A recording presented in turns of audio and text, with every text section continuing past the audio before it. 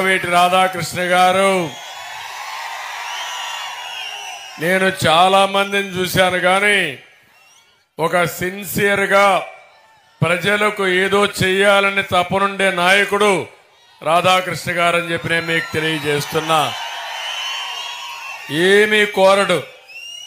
మామూలుగా ఇది తండ్రి పేరు అడ్డం పెట్టుకొని చాలా మంది పదవులు ఆశిస్తారు కానీ నిస్వార్థంగా పార్టీకి పనిచేస్తున్న వ్యక్తి రాధాకృష్ణ గారు అని చెప్పి నేను మీకు తెలియజేస్తున్నా. అలాంటి వ్యక్తికి మీ అందరిని చూశాను. ఎక్కడికి బొమ్మంటే అక్కడికి వెళ్ళిపోతున్నాడు, దూసుకెళ్తున్నాడు. ఒకటే ఆలోచిస్తున్నాడు, తండ్రి ఆశయాలను నెరవేర్చాలి, ఈ రాష్ట్రానికి న్యాయం జరగాలి, తను నమ్ముకున్న ప్రజలకు అన్యాయం జరగకుండా ఉండడానికి నిరంతరం పనిచేస్తున్న శ్రామికుడు రాధాకృష్ణ గారు అని చెప్పి నేను మీకు తెలియజేస్తున్నా.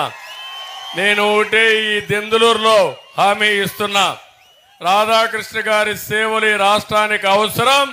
తప్పకుండా తగిన గుర్తింపు ఇచ్చే బాధ్యత తెలుగుదేశం పార్టీది, నాదని మీ అందరికీ హామీ ఇస్తున్నాను.